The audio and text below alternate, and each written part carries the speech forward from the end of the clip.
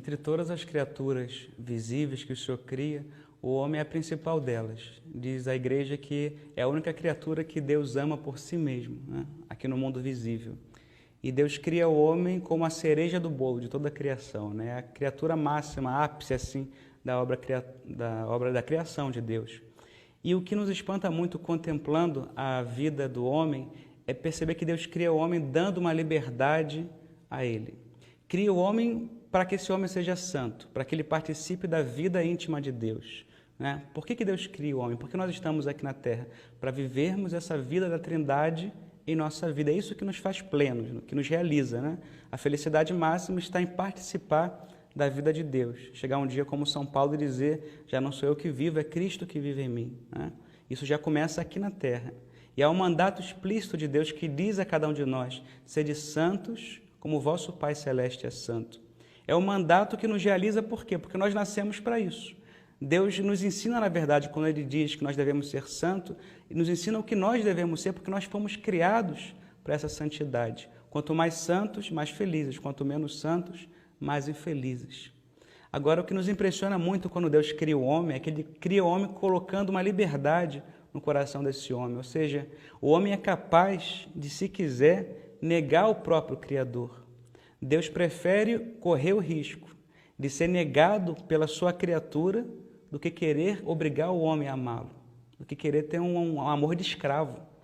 E o homem, de fato, já no início da criação, diz não ao seu Senhor. Lá no capítulo 3 do livro do Gênesis, já aparece o relato do pecado, que entra na história dos homens. Santo Agostinho define o pecado como a aversão a Deus e a conversão às criaturas. O homem diz não a Deus, dá as costas para Deus e se volta às criaturas como se elas pudessem saciar o seu coração. E o pecado sempre frustra, decepciona. Aí entra a realidade de pecado no mundo, o pecado original. Esse pecado se transmite de geração em geração. Todos nós nascemos com esse pecado e com as consequências dele. A realidade de pecado é uma realidade inegável. Todos nós percebemos tantas e tantas vezes em nossa vida aquela experiência de São Paulo. Não faço o bem que quero e faço o mal que não quero. Quantas e quantas vezes nós temos que perceber que não fazemos aquilo que gostaríamos de fazer e realizamos o mal que não quereríamos fazer. O pecado está aí. E a consequência grande, talvez mais perceptível do pecado original que existe em nós, é aquilo que os teólogos chamam de concupiscência, a fome do pecado, a inclinação do pecado. Enquanto o nosso coração deseja o céu, eu quero ser de Deus, eu quero ser santo, nós percebemos que existe uma força que nos atrai aqui para baixo, né? Uma força que nos inclina a fazer o mal. Todos nós temos isso dentro de cada um de nós. Essa realidade é a realidade do pecado. O pecado não é uma criação da igreja para oprimir o homem, né, para torná-los mais pesados, mas uma realidade objetiva. É interessante até estudar a etimologia da palavra pecado. A palavra pecado vem do latim peccatum, que por sua vez vem do grego. A palavra grega que é traduzida por peccatum em latim é uma palavra que se chama hamartia. É uma palavra um substantivo que vem do verbo hamartem, que significa errar o alvo. Quando um arqueiro mira no alvo com a flecha e ele erra o alvo, ele cometeu uma hamartia. Então, um pecado seria o errar o alvo. Nós, homens, podemos errar de diversos modos. Eu posso cometer uma falha no trabalho, né?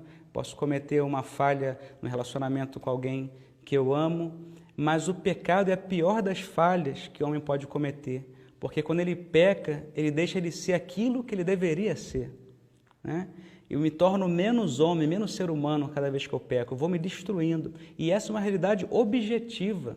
Como eu dizia, não é uma criação da igreja para atormentar os fiéis. Todos nós percebemos, e não se aprende isso nos livros, senão por experiência própria do nosso pecado, que o pecado destrói o homem.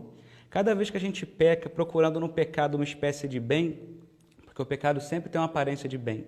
Se não tivesse, nós nunca pecaríamos. Se o pecado não fosse algo apetecível, algo que nos atraísse, a gente nunca cometeria pecado. Ele sempre tem uma aparência de bem. Mas é só aparência, porque o pecado é sempre mentiroso. Ele promete uma realização que, no fundo, ele não é capaz de oferecer. Promete um prazer duradouro e quando a gente diz sim ao pecado, a gente percebe que aquele prazer não dura muito e, no fundo, o que ele deixa é uma solidão na alma, um vazio, porque nós acabamos expulsando a Deus de dentro de cada um de nós. Então, a experiência do pecado é uma experiência muito real, muito concreta. Nós mesmos percebemos isso na nossa própria vida, nossa própria história. Quando nós recebemos o sacramento do batismo, o que acontece é que o pecado original ele é apagado de nossa alma, né? Deus nos perdoa da culpa do pecado original. E a Trindade Santíssima volta a habitar plenamente na minha alma quando eu recebo esse sacramento, né? Alguns sacerdotes até que fazem genuflexão diante de uma criança que é batizada, porque de fato ela é toda pura, se torna um sacrário da Trindade Santíssima ali, né? O céu todo habita naquela alma. E então ela começa a viver, experimentar já o paraíso aqui na terra, dentro do seu interior. A sua alma se torna um grande sacrário do Deus vivo. Assim acontece no batismo. O que acontece é que a gente vai crescendo e as consequências do pecado original, a concupiscência da qual nós falávamos, ela não é apagada, ela continua. A gente continua com essa inclinação que nos arrasta para baixo, para realizar o mal que não quereríamos fazer. E durante o tempo, a nossa consciência vai sendo formada e quando a gente comete algum pecado, o que acontece, se o pecado for grave, nós expulsamos a Deus de nossa alma, com querer o pecado, com querer o mal explicitamente. Então, essa ruptura da amizade com Deus que acontece por meio do pecado, ela é recuperada por outro sacramento que Deus instituiu para isso, que é o sacramento da confissão e da penitência. No capítulo 21 do Evangelho de São João, logo após o Senhor ressuscitar, em uma das aparições aos discípulos, o Senhor sopra sobre eles, envia sobre eles o Espírito Santo e diz explicitamente: a quem perdoardes os pecados, ser-lhe-ão perdoados. A quem não perdoardes, ser-lhe-ão retidos.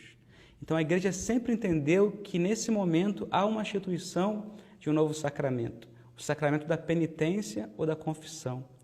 Deus poderia ter perdoado a humanidade com um simples estalar de dedo.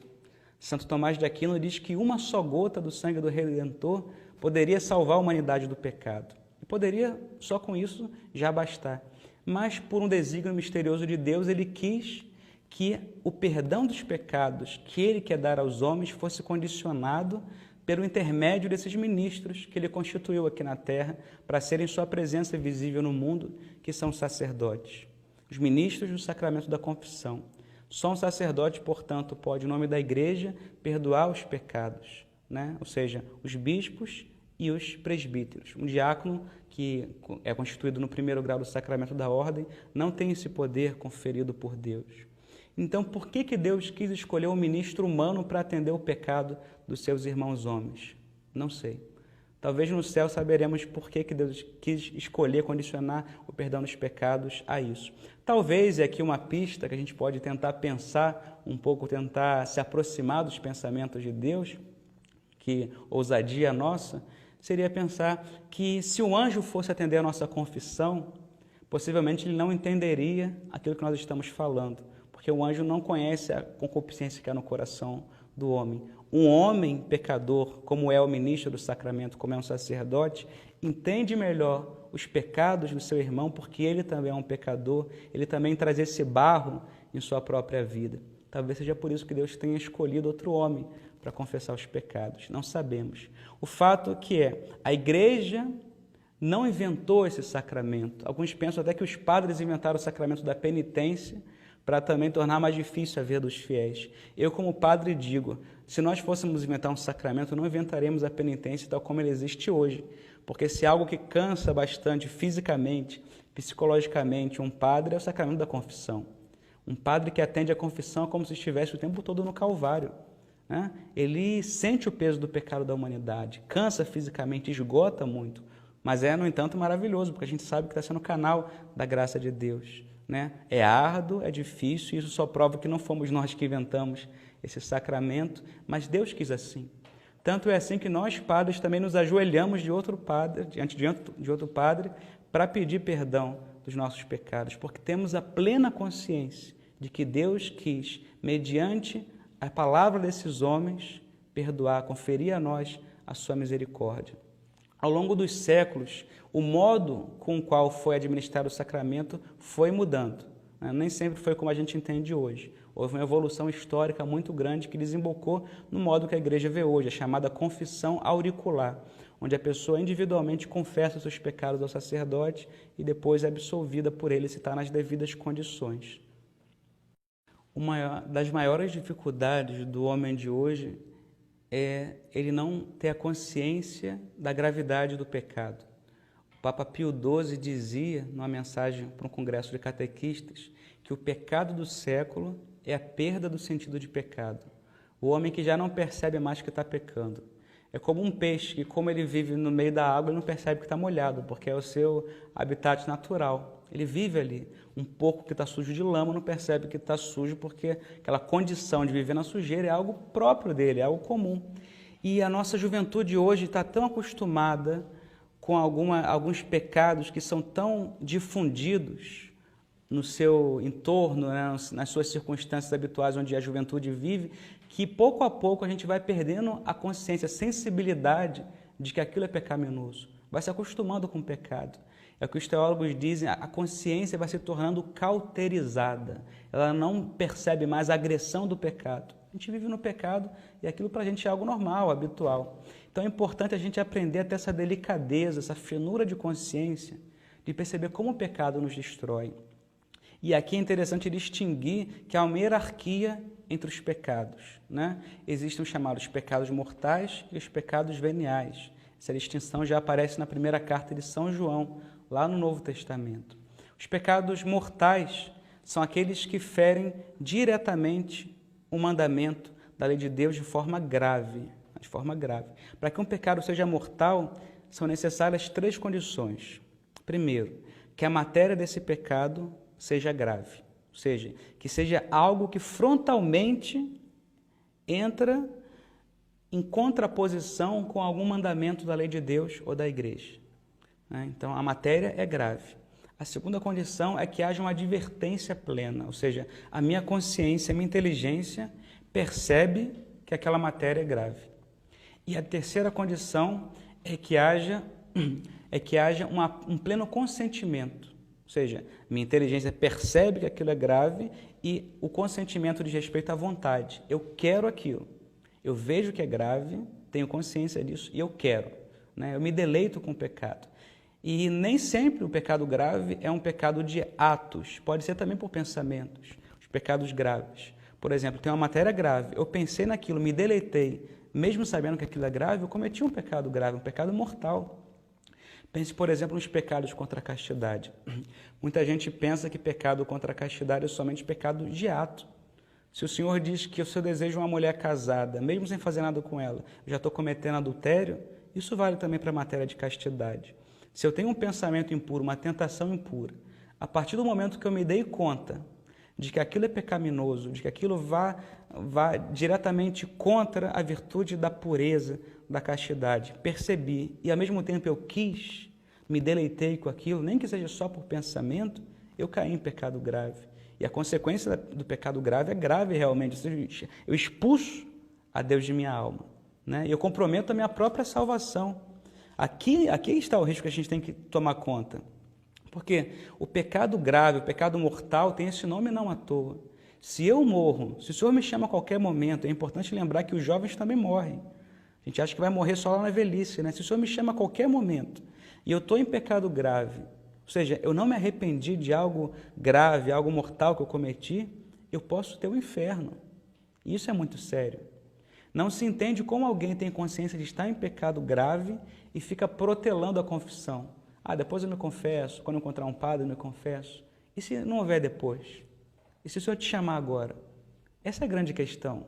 O pecado mortal, a gente deve se afastar de qualquer pecado, sempre. Mas se é um pecado mortal, eu devo correr e procurar um padre aonde eu puder encontrar, o quanto antes, né? E se por acaso é muito difícil encontrar um padre, eu posso fazer ali um ato de contrição perfeita, né? Um pedido de perdão sincero a Deus, por ter ofendido a sua majestade, a sua dignidade, com um propósito sincero de confessar-me o quanto antes. Isso também perdoaria os meus pecados mortais. Uma contrição perfeita, com o desejo sincero de me confessar o quanto antes. Mas se não essa contrição, se não o desejo de mudança, se eu estou em situação de pecado e vou convivendo com isso, sem arrependimento, eu posso comprometer a minha salvação. Ir para o inferno seria a coisa mais terrível que poderia suceder com cada um de nós aqui na terra. Se Deus é todo misericórdia e está com os braços abertos para me acolher, por que eu vou deixar para depois? Se eu tenho um problema de saúde, eu vou correndo na emergência do hospital. Se o problema é a saúde de nossa alma, como deixar isso para amanhã? É para ontem. A confissão tem que ser o quanto antes, né? Não sabemos se vamos ter um amanhã para poder nos confessar. Os pecados veniais são aqueles que a matéria não é grave. Ele pode ter uma advertência, que aquilo é pecaminoso, embora a matéria não choque frontalmente com o mandamento da lei de Deus, e mesmo que eu queira isso, mas a matéria do pecado não é grave, né? Alguns exemplos de pecado venial. Uma mentira que não prejudica diretamente alguém, né? Eu quero me esquivar de uma situação e eu cometo uma mentira. Alguém me ligou, a minha mãe atendeu, eu não quero falar com aquela pessoa e diz para ela que eu não estou. Isso é um tipo de pecado venial, porque a mentira é sempre pecaminosa, não interessa qual a motivação que nos leve a mentir, mas você percebe que aqui não há uma mentira que afete alguém, que vá diretamente contra a caridade de modo grave, né? Fere a caridade, sem dúvida, fere a verdade que deve estar presente sempre em nossos lábios, mas não de forma grave. A gente percebe aqui meio que conscientemente, mesmo intuitivamente, a gente percebe que há uma gradação menor de pecado aqui, né?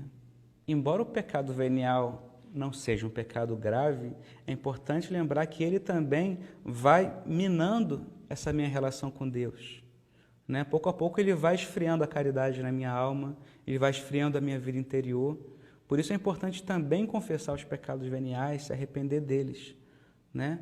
Ele vai esfriando e abrindo espaço para que eu possa cometer pecados mortais.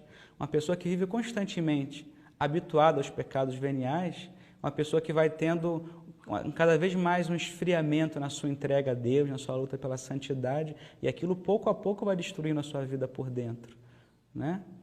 E os pecados veniais também podem ser levados à confissão. Na confissão, a matéria da confissão é o arrependimento dos pecados, sejam eles mortais, sejam veniais. E a igreja recomenda insistentemente que os fiéis tenham o hábito da confissão frequente. Ou seja, mesmo que eu não tenha um pecado grave, eu posso levar inclusive os meus pecados veniais para o sacramento da confissão.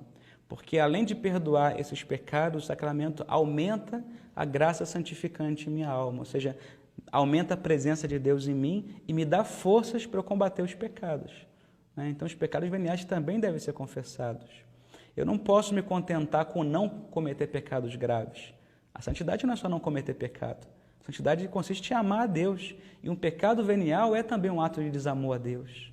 Eu amo a minha namorada, eu amo a minha esposa, mas eu cometo umas traiçõezinhas, assim, só no olhar, né? Só algum pensamentozinho aqui, ou dou uma resposta um pouco grosseira para ela. Pode ser que nisso não entrou ainda um pecado mortal, mas quem é a mulher que não vai duvidar que isso é um ato de desamor? Se ele me ama, ele deve cuidar também dos mínimos detalhes onde nós expressamos o nosso amor à pessoa amada. Para que a pessoa faça uma boa confissão, é necessário seguir algumas etapas. A primeira delas é o exame de consciência, talvez uma etapa das mais negligenciadas quando alguém vai confessar. Em que consiste o exame de consciência? Hoje está muito na moda entre as empresas fazerem auditoria, né? Então vai auditor lá e vai analisar minuciosamente todas as atividades da empresa para ver se está tudo funcionando como deve funcionar. Se a gente faz isso com os negócios mundanos, imagine como deveríamos fazer isso quando o negócio é o negócio da nossa própria salvação. Então o exame de consciência é uma espécie de auditoria do Espírito sobre a nossa vida para a gente ver como tem andado diante de Deus. É um modo que a tradição espiritual da igreja foi plasmando ao longo do tempo e é uma das práticas mais importantes da vida espiritual que a gente deveria ter o hábito de fazer com frequência. Eu penso que todos os dias à noite nós não poderíamos dormir sem antes fazer o nosso exame de consciência. Em que consiste o exame de consciência? Consiste, em primeiro lugar, em invocar o Espírito Santo para que Ele mesmo venha nos ajudar a percorrer a nossa história, a percorrer os nossos dias e enxergar à luz de Deus como tem sido a nossa vida, de relação com Deus, de relação com os demais e de relação conosco mesmos, né? Analisar a nossa vida, mas não como um perfeccionista. Não se trata de pegar uma lupa e ficar vasculhando o mínimo pecado ali para tirar de nossa vida, né? É um ato de quem quer ser santo, de quem quer amar melhor. Nós não somos perfeccionistas, né? Deus não está ali com uma lupa tentando vasculhar o mínimo pecado nosso para nos mandar para o inferno, mas é uma exigência do próprio amor.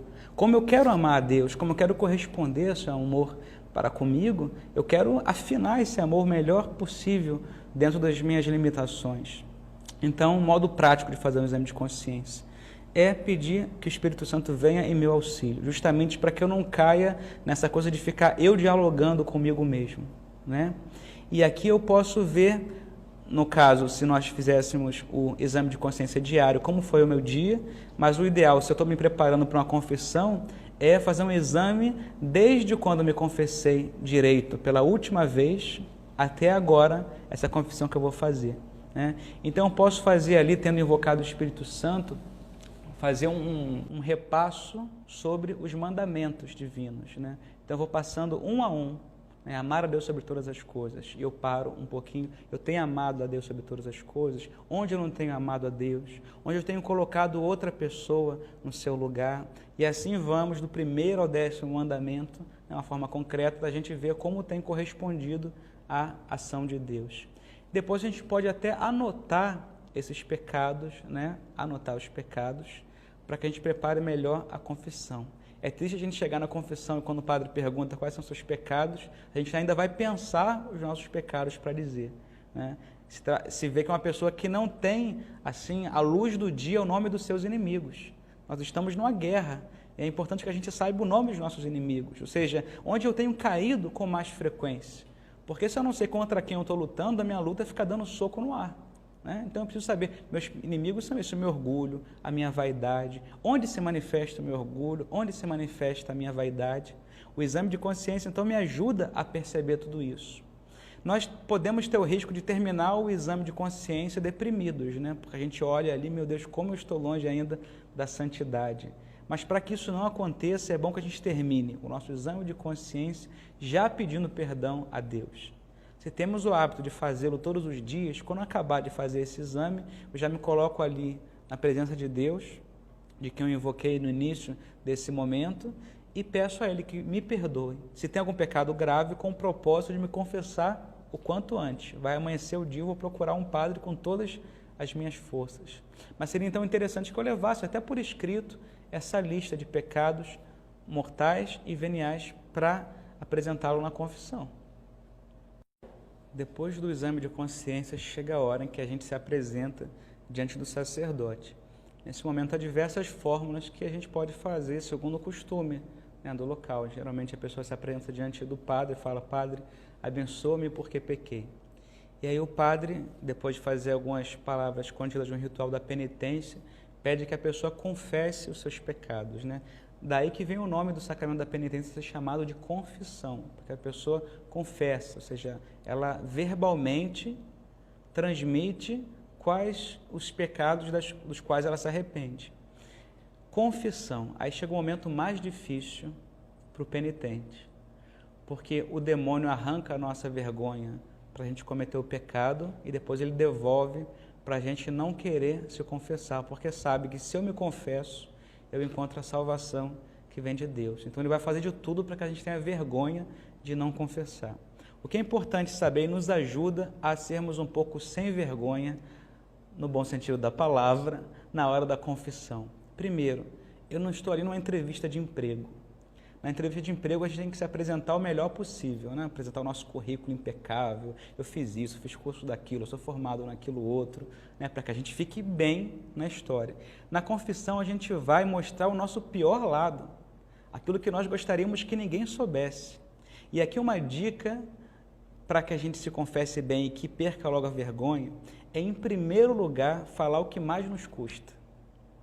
Não deixar o pecado pior para o final. Tem gente que fala um monte de pecado venial e fala o mortal lá no meio escondido, assim, quase que para o padre não ouvir. Tem que ser o contrário. O meu arrependimento maior deve ser pela ofensa maior que eu causei a Deus. Então, algo que nos tira bastante a vergonha é começar a confissão colocando para fora aquilo que mais nos custa. Né? A gente jogou o sapo sujo para fora, depois o resto dos pecados sai mais tranquilamente. Né? Uma pessoa não pode esconder os pecados graves, até porque é bom a gente ter isso em conta. Uma pessoa que vai se confessar e voluntariamente, conscientemente, esconde um pecado grave, aquela confissão deixa de ser válida. Eu não sou perdoado de nenhum dos outros pecados. A confissão simplesmente não existiu. Foi um teatro aquilo. Né? Ou seja, um momento onde eu poderia ter o céu aberto, derramado sobre mim, eu desperdicei aquele momento sublime por conta de vergonha. Não se diz que é fácil. Expor a outra pessoa, embora tenhamos a fé de que seja um sacerdote, de que haja ali em nome de Cristo, na pessoa de Cristo, não é fácil expor as nossas misérias. Mas é importante a gente ter a consciência de que o sacerdote não é um anjo. Ou seja, ele também traz em si as consequências do pecado. Pode ser que ele não tenha cometido o pecado que você está confessando, mas ele entende bem a fraqueza humana porque ele também luta, porque ele também é fraco, porque ele também se confessa e vê a necessidade desse sacramento. Por outro lado, os padres também têm experiência de confessionário. Nenhum pecado escandaliza. Né? Um padre, por mais jovem que seja, já atendeu confissões várias vezes. Portanto, ele não está ali para olhar para você com uma cara estranha, para te condenar. Ao contrário, ele está ali disposto a derramar misericórdia sobre você, mas ele precisa que você queira a misericórdia. E a manifestação clara de que a gente quer a misericórdia é a confissão, a expressão pública e que nos humilha para que depois o sacramento nos exalte, expressando o nosso lado mais feio, nossas misérias mais terríveis que nós não gostaríamos que ninguém soubesse. E graças a Deus a confissão é protegida. Isso é um grande mistério da Igreja, como funciona bem ao longo dos séculos, pelo sigilo sacramental. O sacerdote nunca vai contar seus pecados a terceiros, né? Inclusive é uma pena muito grande da Igreja, a pena mais terrível que o direito canônico concede a alguém, nesse caso ao sacerdote, se ele violar o sigilo sacramental da confissão. Ele recebe a pena da excomunhão, se ele fizer isso alguma vez.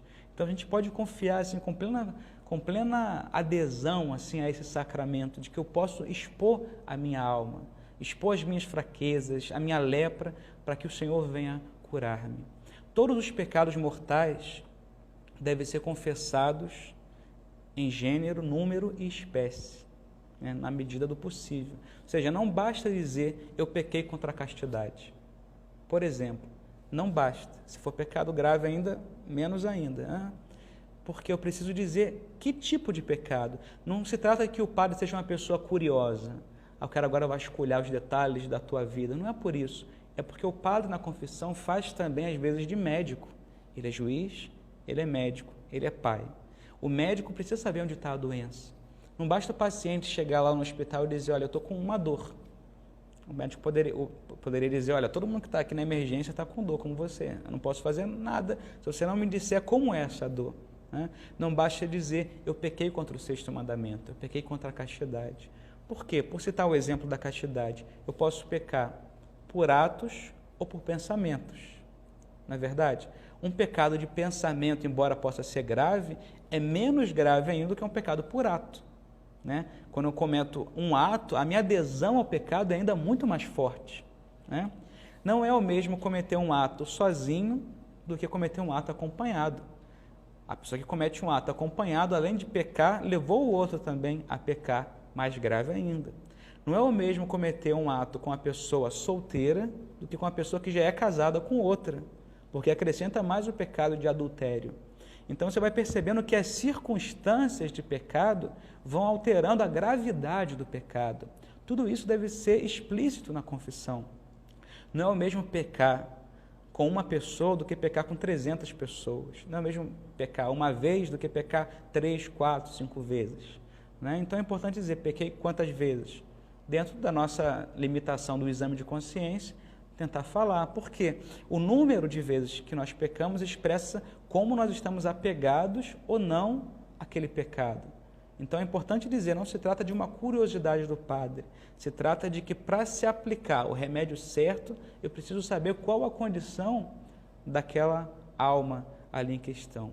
Então todos os pecados graves devem ser confessados assim explicitamente.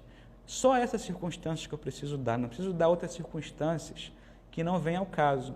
Estava chovendo, eu estava num quarto escuro, e aí de repente alguém bateu a porta, e aí não sei o quê, contar detalhes, sobretudo em relação à castidade, que não convém o padre saber, né? Os únicos detalhes são esses que mostram a gravidade do pecado.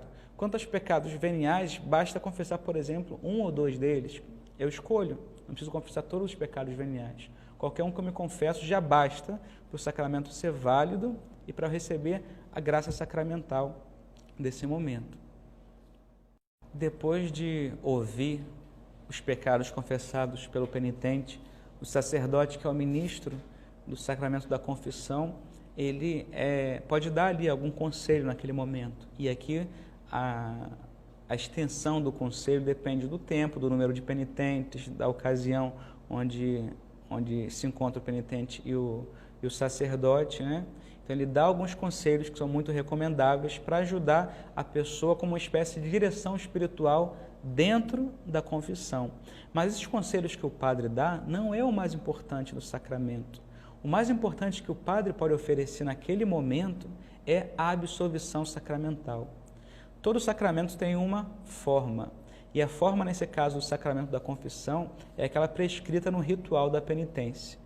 Existem várias orações que o sacerdote faz ali, mas a forma essencial, que não pode faltar no sacramento da confissão, e se falta, pode invalidar o sacramento, a forma essencial são essas palavras: eu te absolvo dos teus pecados, em nome do Pai, e do Filho, e do Espírito Santo. Ego te absolvo, peccatis tuis, in nomine Patris et Filii et Spiritus Sancti. Se isso falta, pode se comprometer a validade do sacramento. Por isso é importante também o penitente ficar atento para ouvir essas palavras do sacerdote.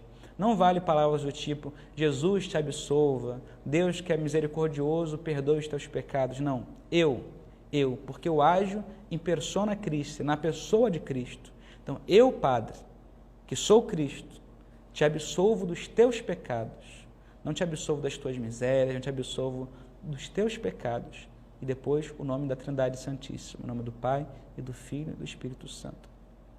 O sacerdote, em alguns momentos, deve negar a absolvição.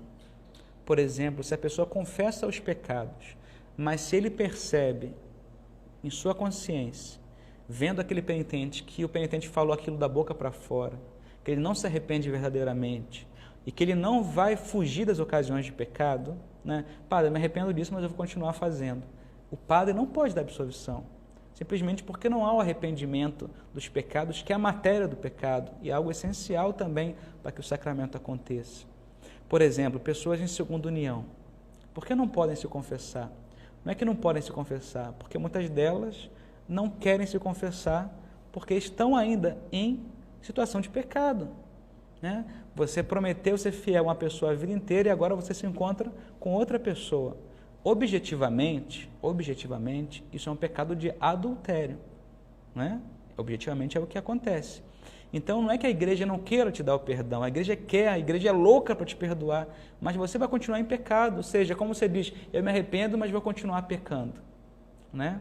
Então eu não posso dar absolvição. Diferente é aquela pessoa que se arrepende e sabe que é fraca e sabe que pode cair, né? Eu sei que se eu não me cuidar eu posso cair, mas eu estou disposto a lutar, a rezar, a fazer tudo o que tiver ao meu alcance para que eu não caia, para que eu seja fiel, embora ela saiba que possa cair, né? Isso basta para que a pessoa possa receber a absolvição, porque no fundo, ela está arrependida e ela quer lutar para não cair mais, mesmo que ela caia minutos depois de se confessar.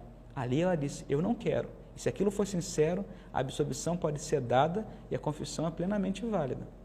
Então, isso não pode faltar. A absolvição dos pecados, isso é mais importante do que o conselho que o padre dá.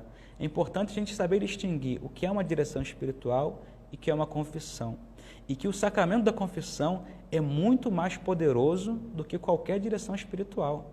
Porque é um sacramento, é instituído por Cristo. Mais importante do que os conselhos que o padre dá, que não são acidentais, que não são irrelevantes, são sim importantes, mas muitíssimo mais importante do que isso são as palavras do sacramento, que é por essas palavras o céu se liga novamente à terra, Por essas palavras, a pessoa volta novamente à amizade com Deus. Isso é o mais importante, a gente não pode perder isso de vista. Mais do que qualquer conselho, é o sacramento da penitência, que um padre pode dar a um fiel.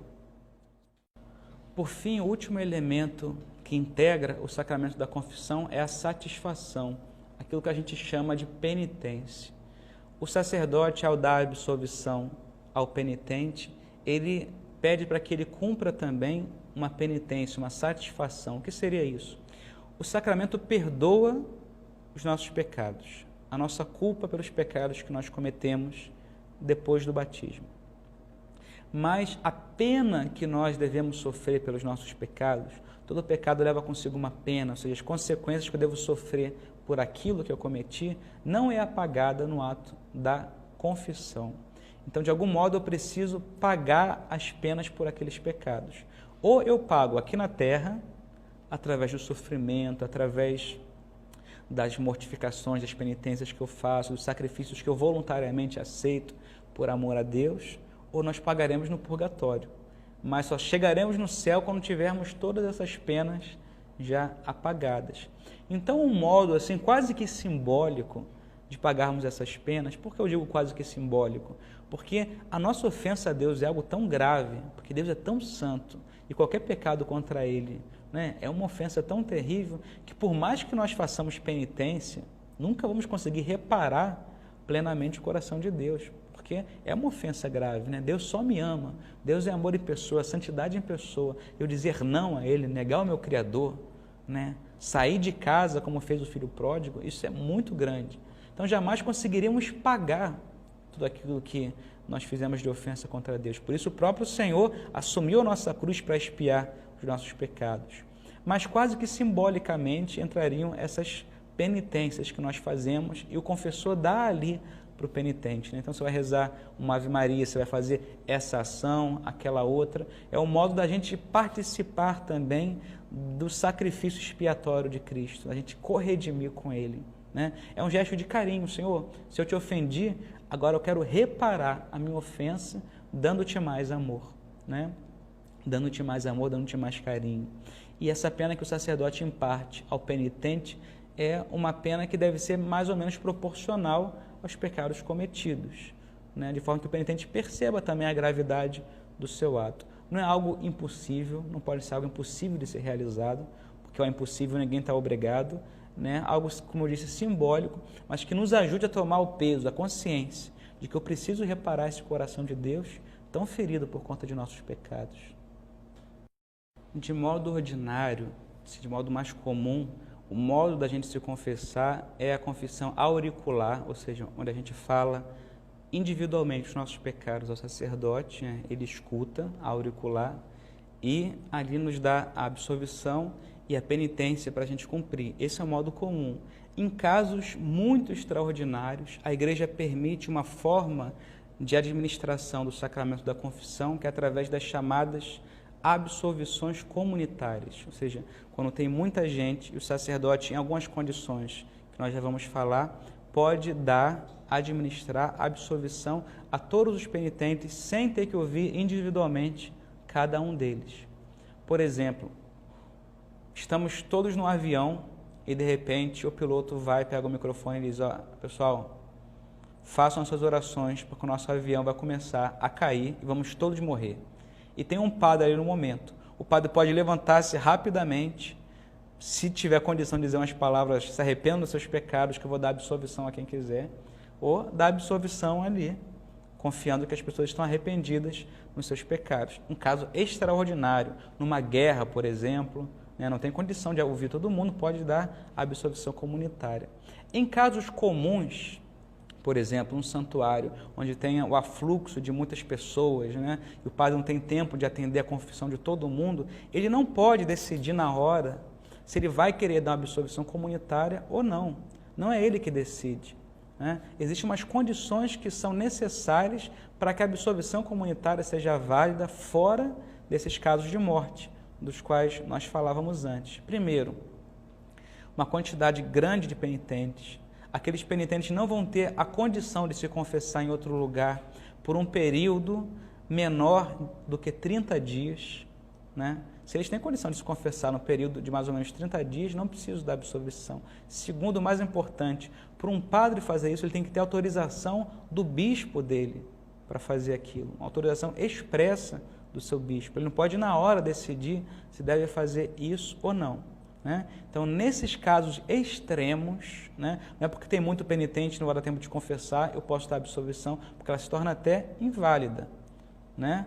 Então, se as pessoas têm condição de se confessar dentro de pouco tempo em outros lugares, que elas façam isso, né? Então, há um abuso muito grande em determinados lugares do Brasil quanto a isso. A gente não pode, enquanto penitente, contribuir para esse abuso. Se o padre vai dar absolvição comunitária não tem nenhuma dessas circunstâncias, dessas condições, então eu me levanto e vou procurar algum padre que possa me atender, como a igreja pede, que seja o modo ordinário, o modo comum de administração desse sacramento. É importante também que todas as pessoas que vão receber com essas condições a absolvição comunitária façam o propósito de, na próxima confissão, tem que ser uma confissão individual com o padre, ou seja, não pode ser outra comunitária seguida, e que ela tenha um propósito de confessar os pecados que ela não confessou nessa confissão com a absolvição comunitária. Ou seja, mesmo ela não tendo falado ali, quando ela estiver com o padre depois, na próxima confissão sozinha, ela tem que contar aqueles pecados que não foram confessados naquela absolvição comunitária, né? Então você vê que a igreja se preocupa muito com a salvação das almas, e quando vê que não há jeito, então ela permite essas exceções, mas como o nome diz, são exceções, não pode virar algo rotineiro. É um abuso muito grande com o sacramento, quando a gente dá o sacramento da absolvição dessa forma, de modo cotidiano, corriqueiro, e ainda mais compromete essa validade do sacramento, né?